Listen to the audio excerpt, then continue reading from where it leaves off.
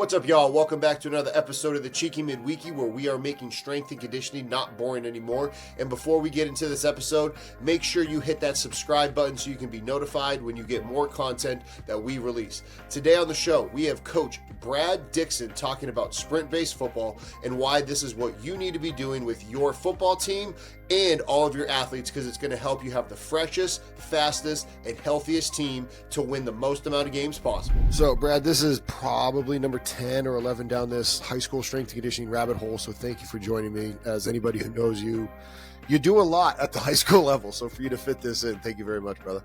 I appreciate it and excited to dive in. So, I'm familiar with Tony's work. I think a lot of people are, but let's just treat me like a blank slate. I got my whiteboard right over here, like yours in the background, so I'm going to be writing my notes. Talk to me about the principles behind sprint-based football, and let's dive into it because I'm a nerd. Yeah, I'll go back to I've been coaching football since 2003, so I played 1 year college football, Division III, Knox College in Galesburg, Illinois, and then hopped into coaching at the age of 19. So I think I just finished up my 22nd season. I've been a head coach since 2011. So I say all that stuff because I did stuff completely different until about midway through 2017. And a couple of things happened in 2017. We had a lot of injuries in 2015 and 16, which we had a ton of success. My first 4 years, we were 44-5 with 2 semifinal berths, doing stuff really completely opposite. And then in 2015 and 16, I think we had 6 season-ending injuries. We were 5-5, 7-3, and gotten blown out by over 40 in 2 playoff games. And then in 2017, then when we were searching for some things, I started coaching track and field that spring, which got me in touch with Tony Holler. I started reading the Feed the Cat stuff. And then he wrote the article, New School Ideas for Old School Football Coaches. And those things resonated.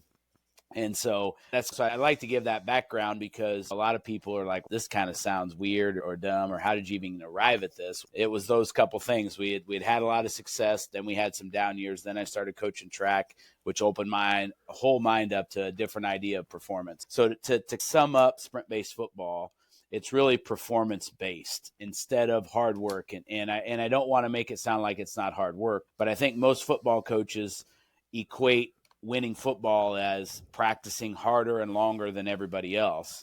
And they expect that's going to lead to more wins. And if it doesn't, at least they can say, hey, we are outworking everybody. Yeah. Whereas sprint-based football values rest, recovery, sleep. We emphasize max velocity, vertical jump. We are training all of those things, acceleration. We are testing those weekly. We wear GPS, and we are using all of that data to determine how we're going to practice, when we're going to ramp it up, when we're going to back off. And our whole goal is to make Friday night for us, or Saturday afternoon when we get to the playoffs, the biggest night of the week. And so we practice a wave theory where we ramp up the CNS with some sprint work on Monday. We back down and do football-related things on Tuesday wearing just helmets because we want to limit our hitting. Then Wednesday, we ramp it back up with some full pads and some team periods that we will get after it, obviously. And that's where we'll do some of our longer special teams where our guys are going to open it up a little bit, because what we've found with GPS and what Tony Villani has been saying for a long time is football is played between 12 and really 17 miles an hour. Yeah. So if you never ramp up the CNS and you never attack those max velocity qualities, your team's going to consistently get slower, weaker, and less explosive as the season goes on. And so we are very specific about adding those into practices. We carry our free lap timer out. We will time certain aspects of practice.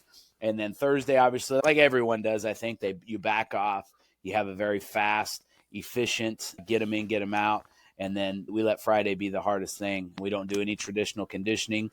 Everything is based around getting our kids as fast as possible to improve their speed reserve, and then doing our sprint capacity work within the confines of the game of football with the work-rest ratio what we found with our team, which is about 1-5, or we're snapping a play about every 35 seconds because we're a double-wing team that values possessing the football, and in our plays are about 5 seconds. So that's the work-rest ratio, and so we use that to build the sprint capacity, or the ability to repeat sprints throughout a game. And then I think 2 other things, even at the small school, we do everything we can to find one-way football players. And so we try to play as many guys as we can. We sub as much as possible. And that, I think we'll get into that. We have something that we call 1.5-way players. Yeah. And then we don't meet at all as a staff or players on the weekends. And so we want our kids to get away from having to come in. Obviously, with technology and huddle and all the things that we have, the coaches still work, the players still work. We expect them to be ready to go on Monday, but we feel like we can do all that without bringing them in. And that gives them another opportunity to recover. Plus, in terms of numbers, which football is a numbers game, we feel like if we let parents and kids have their Saturdays and Sundays to do what they need to do and still get the quality prep work that we need to get in, then we're going to get more kids willing to play football. Dude, that's fantastic, giving everybody that Sunday and Saturday off. Like you said, parents probably absolutely love that. Yeah, now I will say our young kids come in on Saturday because we play on Monday, but their day off is Friday through the week because they're not playing a varsity football game. So we do bring them in, but we don't ever bring a varsity. And when we get in the playoffs, actually, we give our players Mondays off as well because we're playing on Saturday. So Sunday and Monday become our recovery days. And then where a lot of people just double down and practice that extra day. So when we actually make the playoffs and we finish on a Friday night, our kids have Saturday, Sunday, Monday, Tuesday film, sprint work. Wednesday, they go out in helmets. They don't put full pads on again until Thursday of the next week of the playoffs, which scares the hell out of a lot of people. But we've been able to play very well in the first round with just that kind of extra built-in recovery between regular season and postseason. It's interesting that it would scare so many people because, like you said, you want to talk about just building up your capacity, and you just played an entire season. It's not like they forgot how to play football. Right, but most people think now the games are tougher, so we have to practice harder. And what we've found is when the games are harder, obviously your focus and your attention to detail needs to be better, but the physical aspect of football should actually be less because your players are going to be in a hell of a game on Friday night or Saturday afternoon. And so if we destroy them all week in practice because it's a big game. Get CEUs faster, cheaper, and more convenient than ever before with Strength Coach Network. Hey, it's Justin, here to tell you about how Strength Coach Network can now help you out with our premium membership and CEUs to the NSCA and CSCCa. Upon signing up for our premium membership, you will get 2.0 or 10 CEUs immediately. That is an entire year's worth of CEUs that you are able to access from the convenience of your office. No traveling for conferences, no waiting on flights, no eating out, no expensive hotels, just the good stuff from great coaches. Now, if you need extra CEUs for past years during the reporting period, we can bundle Fundamentals 1 or 2, which also come with 2.0 or 10 CEUs to your purchase. That way you're able to take care of your CEUs for the best price, most convenient, and learn from some of the best coaches. If you want more help with this, email us at service@strengthcoachnetwork or visit us at strengthcoachnetwork.com, and I would be delighted to help you out. They're not going to have as much left.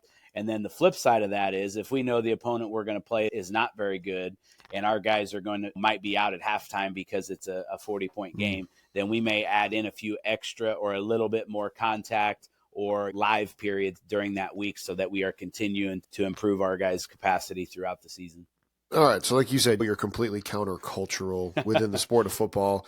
Is it going to be growing in your world? Is this, because I've been seeing a lot of stuff on social media with the sprint-based football. You guys just had an event, have another one coming up. Is this going to start in the high school and work its way up? Will it be the opposite of what a lot of things happen where it's NFL to college and high school dropping its way down?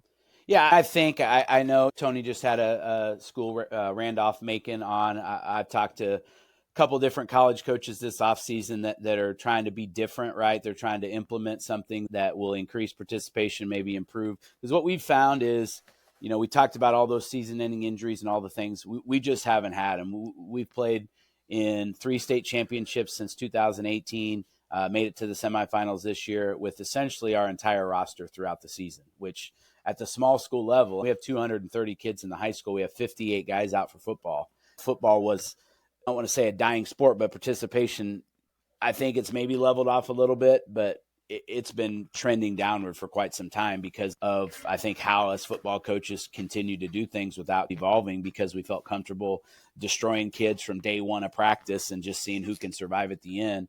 So I think it's going to continue to grow because of how good it is for kids and getting kids out and getting kids excited, but also for coaches and their staffs. I've been able to keep my core coaching staff together for 18 seasons. Amen. And when you're making them come in, and I did a study on Twitter a few years ago before I spoke on this, and it was almost like some coaches were proud of the fact that they were coming in on Sunday at 6 a.m. and leaving at 8 p.m.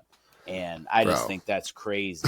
But it's like, again, when you do things different and you don't have success, then everyone's, oh man, that's the reason. And so it's comfortable to do, if the team that's winning state has Sunday coaches meetings for 5 hours and you have Sunday coaches meetings in 5 hours and you lose, then you can still say, but that's what they're doing up the road, or they wear pads so I think that's the thing that holds people back. I get coaches all the time, what college programs are doing this, or what big schools are doing this, and it's as well as I do. Things start and then trickle up. Like we're seeing stuff. I watch those games in the playoffs with the RPOs and the formations and all that stuff that's been around at the high school. The Chiefs will get into single wing stuff, and it's just all of these things, the wing T principles that eventually trickle up. And I think this is something that will continue to do it because, I just haven't had people say, yeah, we switched to it. We were softer. We were worse. It was worse for our families. We had let more kids quit. We've had the opposite and nothing but positive in terms of people liking it. Now, there's a caveat there. You still got to know what the hell you're doing to coach football, right? It's not going to solve technique issues. It's not going to solve scheme issues and getting your kids to do all that stuff. But what we've found is when we cut out all the useless things that we did to try to make kids tougher, we had more time to work on the things that actually matter in terms of offense, defense, and special teams, and still keep kids fresh and keep them excited. Did you see Bronco Mendenhall interview? It's exactly that. Yeah, he wants to work the least in college football and win the most. But still do hard stuff. Yeah, I mean, that's the other thing that I think we are a double tight wing T football team that runs the ball 90+% of the time. We ran for 4,000 yards this year and threw for 600. So when some people are like, I've had people say, that sounds like flag football. I'm like, in 1A football in Illinois, you got to be able to run the football and you got to be able to stop the run. There's no just because we focus on max velocity doesn't mean we don't lift, doesn't mean that our guys aren't strong, doesn't mean that we don't know how to get after it. I mean, you can ask anybody that's played us over the last really almost 20 years. When they play us, they know they're going to get a fundamentally sound team that is very explosive, very fast, and you better bring it. And that's what people need to understand. When you get your kids to feel at their best going into Friday, they are going to play in a way that you haven't seen if all week you've destroyed them through practice and they've had to carry themselves off the field. And then they get to Friday and they're just trying to survive. And so for us, I'm always trying to do the same thing. What things can I cut out of practice? And people hate the word minimum effective dose, maximum efficient dose, whatever you want to call it. I'm trying to find the sweet spot of what can I give our kids to give them the best chance to be successful in the least amount of time. And that's always our goal. This was our first year wearing GPS.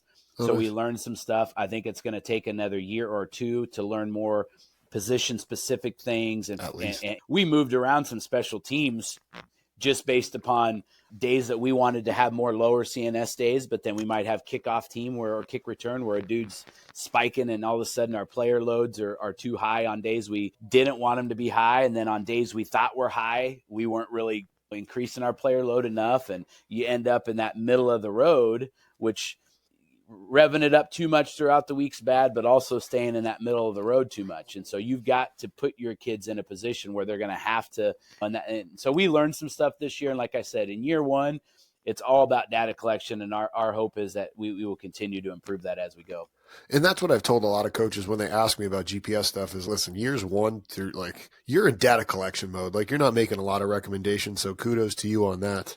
Right. The thing that I wanted to ask you about there, when you talked about the middle zone that Tony talked about, especially I got to see him at the NSCA conference and you were there as well. It's literally the exact opposite of everything that Charlie Francis said. Avoid the middle zone. And I think Baby got thrown out with the bathwater with us strength coaches because it's hey, we've got to work the complete opposite end, get really fast or recover really well. But strength coach who I worked with at Towson, Amit Vora, I know who's listening to this, he would talk to me. But if the middle is where stuff happens, we still have to train that and get really good at that. 100%. I like Tony, when you dive into the max velocity world and you see all these big changes for kids that have never trained max velocity and you're getting all this improvement, we went all in where, Yep. I always tell people, like, we used to be all weight room and then we were almost all speed. And now we've came back more to the center, and Tony Villani's game speed curriculum with the change of direction stuff was a big missing piece for us for a long time, teaching kids how to play in that velocity. And so that's been a big part of our training now. I used to not do a ton of acceleration work because I felt like max velocity handled all that. But now we train acceleration qualities too. And so we are trying to train the whole. There's a lot of talk with the Saquon Barkley and so there are different guys that say his vision's improved and this is improved. And it probably has, obviously. But my argument is I know that he changed his max velocity work this offseason. And so if you're not doing that work and you're just only living in the middle zone or you're only working on football stuff, what we've found wearing GPS is you are missing the most demanding CNS thing that your body has to go through, which is the sprint work. What's up, everybody? Taking a quick break from the show to talk about one of our sponsors, TeamBuildr. I've been using TeamBuildr since 2019 when I was at Towson. I still use it with my remote athletes. I also use it at Goldfinch, which is the private sector gym I train at, and we use it at Centennial, which is the high school that I'm working at. Now, if you're printing on lift cards because you say, oh, I can't afford TeamBuildr, guess what? TeamBuildr has a pre-written grant that you can locate on their website. You simply change the name of you, your organization, and the areas that they highlighted, and they can help you get TeamBuildr at your facility, your university, whatever it is, so that way you can optimize how you train your athletes with this software. Now, TeamBuildr is also a part owner in the Plyomat. The Plyomat is something that I utilize at Goldfinch, and it helps you be able to see how high somebody jumped, the ground contact time, and RSI. You can get all that conveniently right there. You can reach out to your rep from TeamBuildr to be able to get more information on the Plyomat. It's fast, it's reliable, it's convenient, and it's trusted by coaches worldwide. Check them out as well as TeamBuildr in the link down below. And I've never seen a kid that could run really fast that wasn't a great athlete. Now, again, if you're not training the ability to use that speed and harness it and change direction and that stuff, you're also missing that part. But too many football coaches say football's not played in a straight line. There's decision making. That's true, but football's also not played in a squat rack and all those other things. But people still train all those qualities.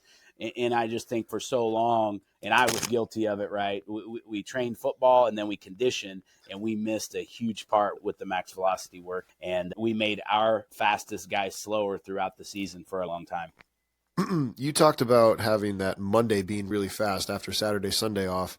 And because you said it was like that was a fast day, then you would wear pads on Tuesday? Yeah. No, just helmets on Tuesday. Okay. So it would be fundamentals and technique and game plan and install type stuff to ramp up a good Wednesday is how we do it. And so my question, teeing it up, was, so when my athletes would come back after a weekend, not in season, but like Saturday, Sunday, and we'd go to train, trying to do stuff on that Monday, I noticed I didn't get as good of times, whether it was like their drop jump performance in the weight room or their sprint times for max velo work. So we pushed that later in the week, and we did more acceleration, like force driven, Tony would say force deficit stuff to improve on that in the beginning of the week because they could grind through it and get better at it.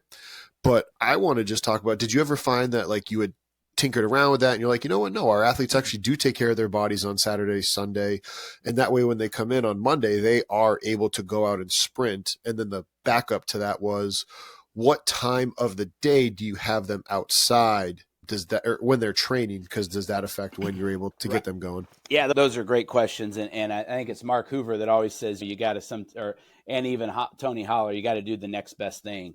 And so there are times throughout the year where we may do, because we split upper and lower body, and then we do a total body day so we can manipulate when we're doing that throughout the football season.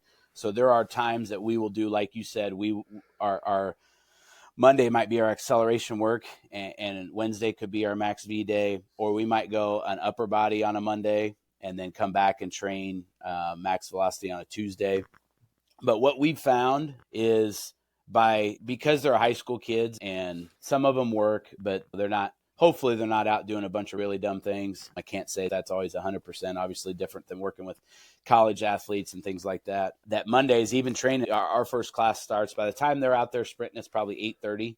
Oh, nice. And so we train 4 of the first 5 periods of the day. Those are what we call athletic enhancement. And that's everybody. It's not just football players. So if we have 220 kids in our high school, we have 145 of them in athletic PE, which is awesome because they can choose between. So we almost get 100% of our athletes in every sport. So we're training, we're not doing anything sport specific. We're training all the qualities of athleticism. And so we've found it to be fine on Mondays. We've never had a huge issue. Obviously, if kids maybe we do a vertical jump test to start, or just by how they walk in, things like that, we'll let kids sit out, only run 1, maybe run 2. If they run 1 and they don't feel that great, I always feel like had a good enough relationship with them.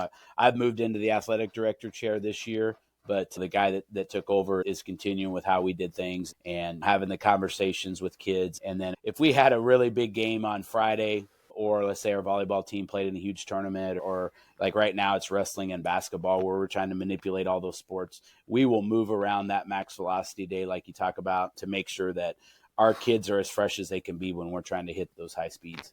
That's fantastic. The thing that I wanted to then ask you about that I wrote down over here is like, all right, in terms of, you said formation. So that means, is it because you're not having a bunch of receivers and tight ends like running long routes and then come back to the huddle as why you think it could work? Because I'm trying to tease out our listeners that aren't here asking the questions. They're like, okay, that only works, Brad, because of the style of offense you run. It can't work with us running 11 personnel, or if we're going to be running inside zone. How would you respond to somebody saying that?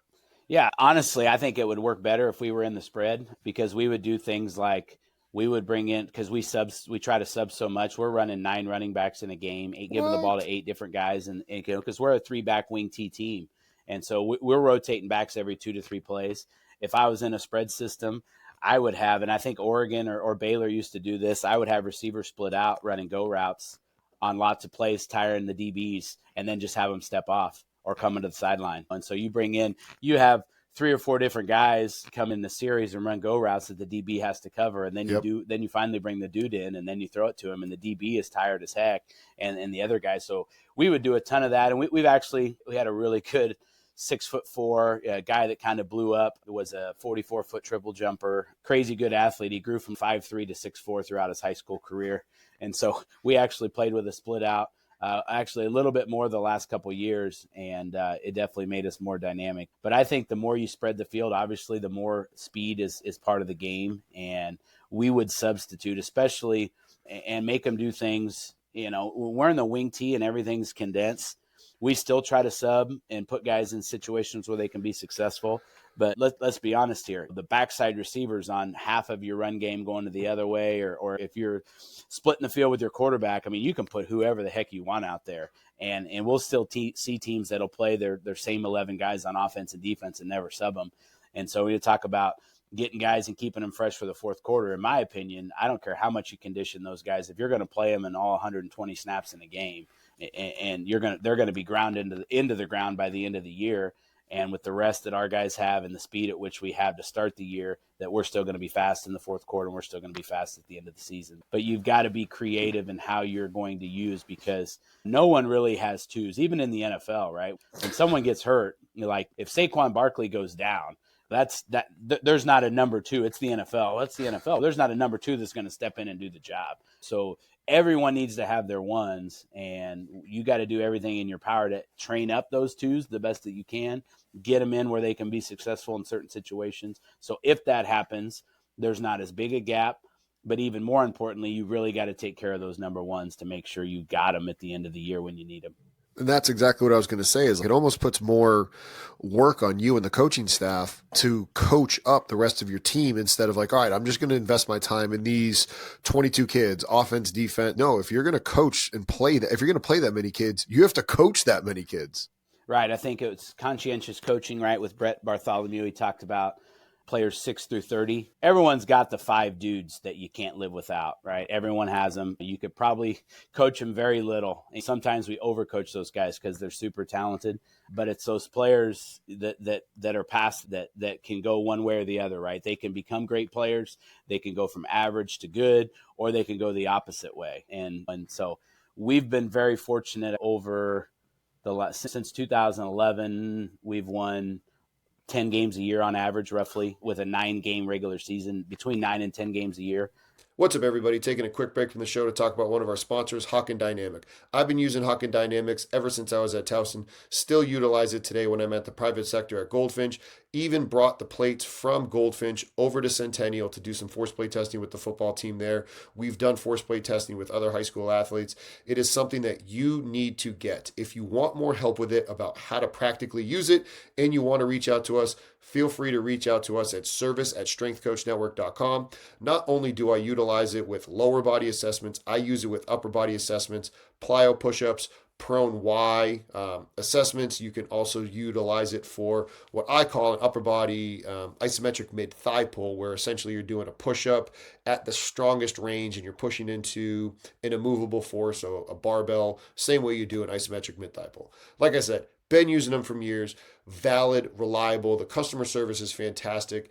Go check out Hawken Dynamic in the link down below, and you will not be disappointed. And played for 3 state championships, 3 semifinals. And we've graduated every year somewhere between 10 and 15 seniors. And there's no transfer portal for us. We don't get to reload that way. And so for us, we have to train these guys and build them up from freshman year. And we're in a small rural school where no one moves in. These kids are from here. Their parents are from here in the middle of rural Illinois. And so we get who we get. But the thing I say to a lot of people when I speak about one-way players is one way to get your mindset towards that direction is to literally fill out a depth chart where you have 22 different starters. And I'm not saying you're going to have 22 different starters, but you start thinking about how you can use different kids in different spots, which then let's begin with the end in mind. Okay, this guy could potentially become a starting corner for us. And then all of a sudden, when you have that vision that, man, if he could play there and this running back could only focus on offense, how much better would he be? You start like really pouring into that kid to play that other spot, or you really look for ways to get him in the game, or your scheme, you adapt a little bit to say, okay, this guy has no chance to play man-to-man, but he can play cover 2 probably pretty well because he tackles well on the edge. We start coming up with all these things that a kid can do instead of all of the things that we normally have. This kid can't do this and he can't do that and he can't run and he can't block anybody. And it's, yeah, if you put him in the game at offensive tackle and we can't block anybody one-on-one and you call plays where he has to block someone one-on-one, whose fault is that? But maybe when he's in the game and your stud who also plays defensive line is out for a series, maybe you're running away, maybe you're pulling him, maybe you're reading the guy that's across from him, maybe him and another guy can be involved in a double team. You as the coach got to come up with the schemes that allow, and when you sub on offense, which I know most head coaches hate to do, on offense, you get to dictate who gets the ball and where the ball's going. I understand on defense, right? If your middle linebacker is your dude and you put another guy in there and the offense chooses to run downhill on 5 straight plays, there's not a lot you can do about that. But if you're subbing guys out on the offensive side, then you're able to dictate what you can do or help that guy maximize his strengths. And that's really what we try to do, especially at the small school level. What about anybody in terms of the positions that might be a little bit more lactate demanding just because you don't have as much rest? Thinking O-line, linebacker, not really tight end, but like those positions where they're probably not coming off the field as much. And like you said about the linebacker, and if you watch football, yeah, quarterbacks, but they don't really run that much. Running backs get subbed, tight ends, wide receivers get subbed. You could make the argument that safeties and DBs don't get subbed, but shoot, if it's a run play, sometimes they don't do anything. Oh, yeah, absolutely. What are your thoughts about that? If anybody was going to say, okay, Brad, those guys are doing more lactate work, therefore they should be doing more training that is not just sprint based. How do you go about that? Yeah, honestly, what we've found from GPS with our linemen is they don't cover any yardage and or anything high speed in the game at all. But obviously what the GPS doesn't show you is contact load. And there's 2 different types of load. Obviously, there's your CNS load, which is your high-speed distances throughout a game, but then there's the contact load, and those guys in those close quarters. And I think and I remember Kurt Hester when I went down there talking a lot about his combat stuff and all the stuff he does with his linemen in the offseason. I think that's all really good stuff. I think we do things for time in short distances with linemen, whether that's contact prep or things. We have a grid, which is gosh, I don't even know how many of it is. I don't coach the line, but maybe it's 25 grid squares that are 5 yards where we do tons of stuff with guys in that ability. So we're trying to sneak the conditioning word in the game throughout things within practice. And we feel like it's not that we're lying to kids, but when the kids know at the end of practice that they're going to. Taking a quick break from the show to talk to you about one of our sponsors, Powerlift. I used Powerlift when I was at Harvard, Maryland, and the University of Iowa. I was also part of the staff that had the new weight room at the University of Iowa, the 32-rack, beautiful facility. I was a part of that. I also have Powerlift's equipment nowadays. Powerlift Strong, made here in the great state of Iowa in the great country of the United States. They're able to work with you on any customizations that you need, logos, height, whatever it is, the limitations that you have. Their equipment is strong. The people there, they're very good people. Check them out in the link down below. And if you have any questions on how to work with them, reach out to us at service@strengthcoachnetwork.com, and we would be delighted to help. Get on the line and do a bunch of running. They save it throughout practice, right? Your periods throughout practice. Survivor shuffle is what they're doing. It's 100%.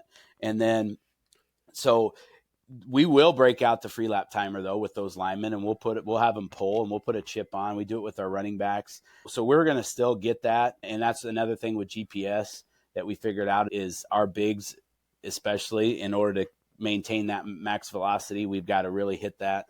But obviously, yeah, so within practice, we were big with doing stuff with shield. So we try to limit body on body contact as much as we can. And so we're looking into some different, especially with some of the rugby stuff that's out there that Andy Ryland shares with some of those pads. So that's a thing this offseason that we're looking at, how we can improve the pads that we have to allow us to work more in that contact without the shoulder pad on shoulder pad. Because, and I think other people would say it too, scout team, I'm not saying it's overrated. I'm saying that it's hard in football at any level to get your scout team to do what they're capable of doing.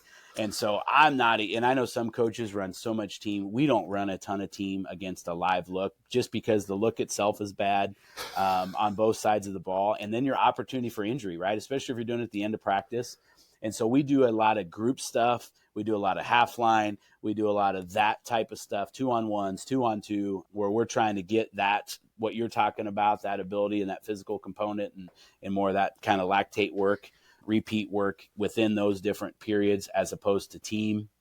Because especially from a defensive perspective, right? We see shotgun spread RPO. We see flex bone, veer option to wing T to I formation. And again, hell, our players are still trying to learn our playbook, let alone somebody else's. And so we don't put a ton of stock in team. And I think that's just something that I always say from a defensive perspective, cages our guys up, pisses them off because they want to get out there and hit.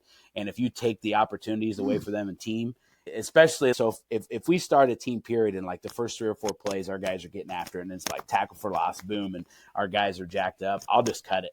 Like, come on, coach, give us a couple more plays. I'm like, nope, I know we're ready and let's show it on Friday night. And then we'll bring our number 2s in. And when you take a kid's opportunity away, it increases the intensity of the opportunities they get and keeps them hungry, right? But if a kid's, oh, here we go, we're probably going to run 40 minutes a team here because the coach is going to get mad at us. And then the other thing I'll say about team that I don't think football coaches do a good job of is finality. So too many coaches want to repeat and repeat and repeat and then get pissed in a game when they don't execute when the game's on the line. They've never had to do that. There's never been a time period where you've said, okay, you're done. And we've done that with a Thursday 2-minute, right? So we're going to do 2-minute drill. One of the last things we do on every Thursday practice before the game. We throw an interception on play 1. Guess what? 2 minutes over, guys. Coach, can we do it again? No. If we do that tomorrow night, game's over. And then it just creates this, okay, next time we get an opportunity to do 2-minute, we better be locked in because we're not going to get – and kids want to be prepared. And it kind of pisses them off when you take that opportunity away. And so they want to make sure if you throw that interception and then start back over. And then 3 plays later, the dude puts the ball on the ground and okay, let's restart. And then next thing they're out there for another 45 minutes. You haven't really taught them anything about football other than they're going to have the ability to redo it. And then when you don't execute, so then the coach says, we didn't win because we weren't tough enough. We were out of shape. So now we start Monday practice with a whole bunch of conditioning when it was all an execution error. But it makes coaches feel safe to say, at least we're going to be in shape no matter what. And it's like, in shape for what? I always laugh with Chris Corfus's quote when someone said, hey, I want you to make my guys bigger, faster, and stronger. And Corfus responded, in what order? In what order of shape do you want to be in? What's that recipe? That's good. And if you think about it too, there's no natural consequence for the actions to tighten you up. Like we had a coach on who was working with Olympic athletes, and to tighten them up for the Olympic stage, it was like, hey, you 19-year-old kid working to be on the team, if you miss this lift, the Olympian next to you is done. I am telling them they have to pack their stuff up and leave.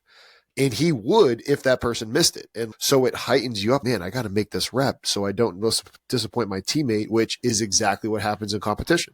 Right. I've never believed that a kid's going to put his hand in the dirt on 4th and 1 on the 1 yard line and say, man, I want to get this so we don't have to condition tomorrow. Or they're going to go, guys, remember all the gassers we ran? The number of times I've said that, Brad, you're literally stealing my words. But so I always say everything that I speak against now, I did it. And and I was fortunate enough when people say, how do you make the change? We had established a lot of credibility because we had won a lot of games the old way, and you can totally win the old way. I don't think it's what's best for kids or coaches, but you can. And we did, which allowed us some leeway, right? When we took the pads off a day a week, or we quit coming in on Saturdays, right? Our ADs, guys aren't practicing on Saturdays anymore. No, we're going to make sure our kids are recovered. At the time, we were probably like 50 and 15. It wasn't like we were coming in or we had struggled. So I do get that. And that's why I always tell coaches, you probably got to implement this in some stages, right? You can't just, like you said, throw the baby out with the bathwater. You come in and say, all right, guys, we're going to do all this stuff because people want the appearance of hard work. Like athletic directors want the appearance of hard work. Parents want. How many parents have told me, you just need to run them more? I hear that all the time, right? I don't care what you say. You scream and yell at them, put them on the line. You do whatever you have to do. You got my permission. So people want the appearance. Sometimes I'll tell assistant coaches, sometimes you can do this max velocity, do that stuff, but you might have to throw in some things that have the appearance of suckiness. So the head coach says, all right, I like that.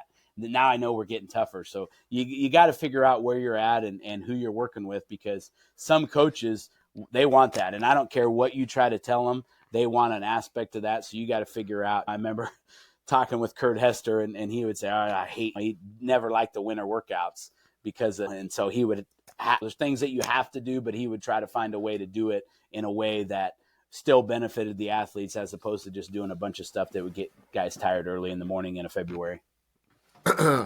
Let's talk about those 2-way, 1.5-way, and 1-way players. How do you guys go about developing them? And what if a coach is, I just don't have it? Is that a cop-out, or let's dive into that? Yeah, I think it totally is. That's why I always say to create the depth chart, get you thinking. It also, it really challenges you to get in the hallway. So we had a kid come out this year. So he walked into our building. He was like a 45-foot shot putter in junior high. He comes in freshman year as a basketball track guy. 6'2", 6'3", 215 pounds. Parents won't let him play football. Doesn't want him to get hurt. So I also coach track. So obviously I've got him in PE all year, and I don't bombard him, but I build a relationship with him, and I build a relationship with track. I reach out to the parents. I talk to him all summer, and sure enough, we got him to come out, and he started outside linebacker for us this year. But he's 6'3", 225 pounds, threw the shot almost 48 feet as a freshman. What's up, y'all? Taking a quick break from the show to talk to you about another one of our sponsors, Vitruve. I've been utilizing Vitruve for a while now, and I absolutely love the convenience of this app. The encoder is at a price that you cannot beat compared to the competitors. Also, I don't personally like the camera apps. I've known that they continue to break down, and I really enjoy having this encoder attached directly to the bar. Vitruve does that. Not only does it do that, but it'll show me velocity loss during the set, shows me average velocity, all of it right within the app. Not only that, for the app on the individual athlete, there's a Vitruve Teams app where now as the coach, I can see all the results from my athletes. I can API that into my TeamBuildr, and now everything that I'm trying to do, get better competition, better intent in the weight room, I am able to do with Vitruve. If you want more information about them, click the link down below, or you can ask us questions directly at service@strengthcoachnetwork.com, and we would love to answer those questions for you. Like, I got to have that kid out for football. So football, you got to make it the best sport in the school somehow. You got to build relationships to get guys out. I think that's where it starts, right? Because if I only have 17 players, it's going to be pretty hard to have two-way guys. And so it starts there. So we have a roster of 58. It was actually our largest roster in school history in 2024, which I would say a lot of programs are either co-oping, dropping to 8-man. There's programs, schools that are obviously. So we still played a freshman schedule. We played a JV schedule, all those different things. But then when you get them, you've got to focus on what they can do. So last year we didn't start in 2023, the year we won the state championship, we didn't start a lineman over 205. So we did a ton more stuff to the edge, a lot more down blocking and pulling, a lot more double teams. This year we had a couple big tackles again. So we did some more things that were one-on-one type things. So you figure out what the strength of your team is. We had some guys this year that were not going to be good with their hand in the dirt at tight end. So we did split them out and we threw them the ball a little bit, or we asked them to stock block instead of down blocking on the line of scrimmage. We moved guys around.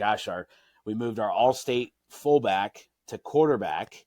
We moved our all-state D lineman from right guard to fullback. So instead of him playing both ways on the D line and O line, we put him at fullback, and then we rotated him through to where he only carried the ball about. So if we had 50 plays of offense a game, he was probably in for 25. And then we had another senior that played the other 25 snaps at fullback that didn't play any defense. So you got to get creative with how you're going to move guys around. Running backs are super easy, right? Because we're in a wing tee. So we need running backs to fake on every play. And so you can bring guys in to fake. You can bring guys in and split them out. You can do all those different things. We try to have at least 4 to 5 guys in the defensive line rotation as a 3 down, depending on what scheme we're playing. We played different DBs this year. If it was more run heavy, we played some guys that were better at run support, maybe worse at coverage. But if we were playing a team that threw the ball more, and so we rotated guys in there. We started a freshman at safety. We started a freshman at tight end. So we have to get as creative as we can, right? Because we graduated 13 seniors off our state championship team.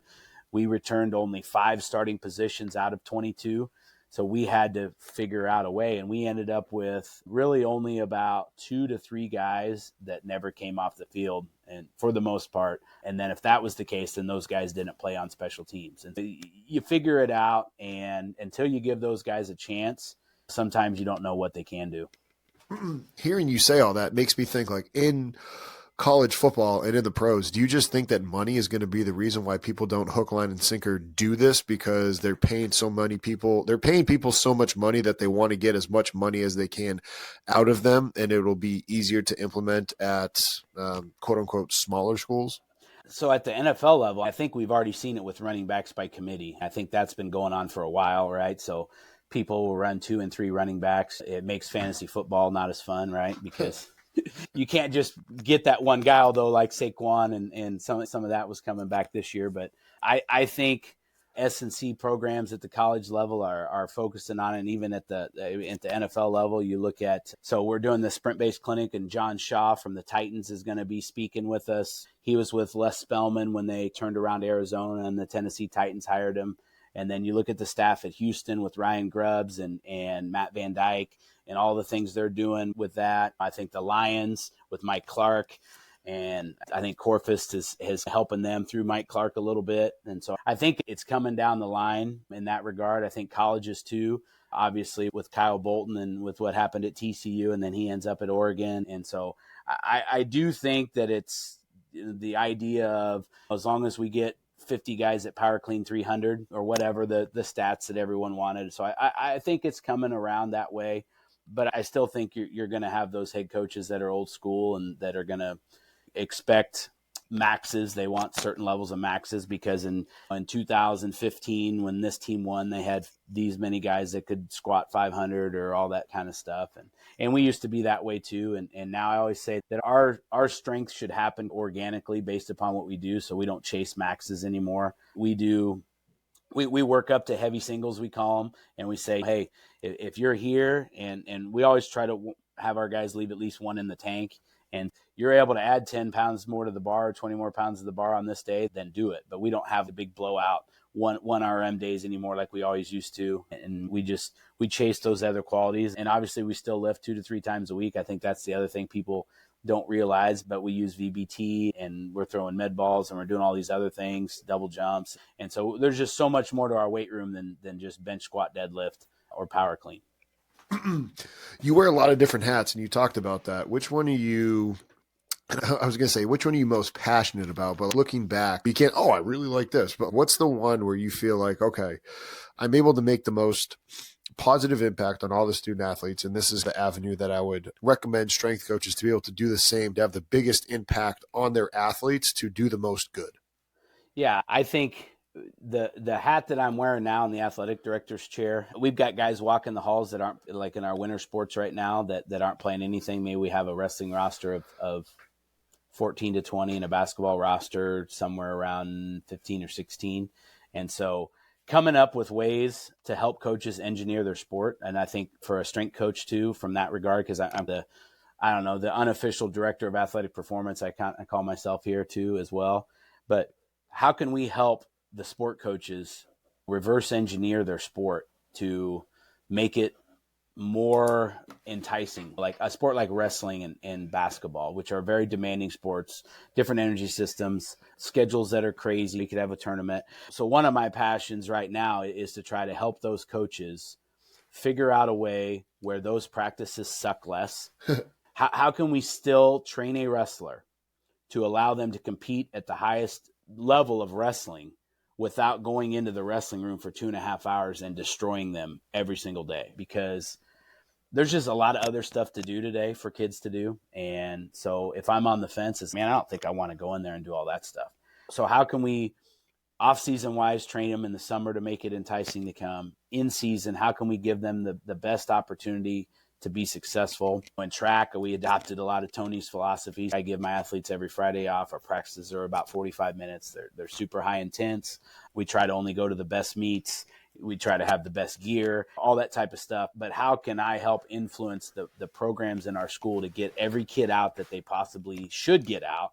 Because at any school, right, when your athletes don't go out for sports, the teams aren't going to be as good. And I want to try to make it to where being a 3-sport athlete at Camp Point Central High School is just what we do. And because the coaches care about athletes' ability, we've already got it rolling with our athletic enhancement class throughout the day. We're almost so that box is checked. But how can we then help the sport coaches design practices that can maximize what they're doing in those classes while still making them feel comfortable to go out and compete in a game? And I think as the strength coach, instead of chasing maxes and numbers and all that, how can we help the sport coaches put their kids in the best position to be successful? Where would you like to see strength and conditioning go in the next couple years to continue to push this field forward and everything for the better? Yeah, I think there's with Rock Daisy, we're able to get that. There's so much ability to collect data now to figure out where athletes are. I think with GPS, we can figure out this sport demands that. And I think we can, like I said, be the bridge between lifting. I think most people, right, in my opinion, it's like the lowest hanging fruit to get a high school kid strong. Yeah. But then I think we continue to go too far all in on that. I think you can do the same thing, right? And I understand, right? Tony Holler is all in on max speed, and then you got these strength coaches. I think there's a happy medium there. Obviously, you don't want to throw everything out to only sprint, but I think you got to say that, and I think that's where Tony's kind of polarizing, but he understands, right, to move the needle from where it is, and obviously it's way better than it ever was when you and I would have went through, and all we did was worry about maxes and all that. But I think so bridging that gap, but then understanding that the weight they're moving in the weight room is not the most important thing. It is an exercise to improve their ability to play the sport at which they want to play. Instead of, I want to do this, or I'm going to put my kids through this so their max improves. We all had that kid that has pretty good weight room numbers but can't play worth a darn in any of the sports. Can we look through it the lens of, okay, this kid, I can either continue to chase his squat numbers, or we can work on the Tony Villani curriculum because this dude does not know how to change direction. Or this kid is a really good accelerator but lacks the top end speed. So figuring out and classifying everything that we do as an exercise and saying, okay, sometimes the weight room is exactly what we need. Sometimes we've got the weight room, that box is checked. These kids are pretty strong. How can we take the next step to give them the ability to improve in their sport? And I think with sports performance departments, I think it's totally moving in that direction with technology and stuff 100%. And so I think continuing on that path is what it needs moving forward.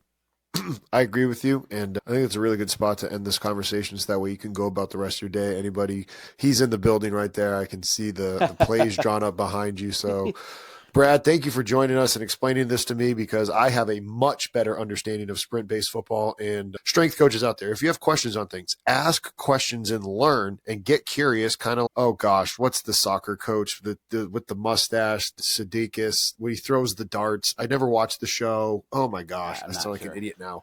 He's the soccer coach overseas where he's get curious. Ted Lasso. Wow. Gotcha. He's get curious. Don't just assume things. Like, I needed to learn more about this sprint-based football thing, and I am hook, line, and sinker a lot more in line with it. And I'm very appreciative of you educating me. Anybody out there, we have Brad's stuff linked down below in the show. Check it out. And thank you for coming on and educating us. I appreciate it. Thanks for having me. Thanks for watching that video. If you enjoyed it, click right here for videos just like that, and make sure you click here to subscribe to our channel. Have a great rest of your day.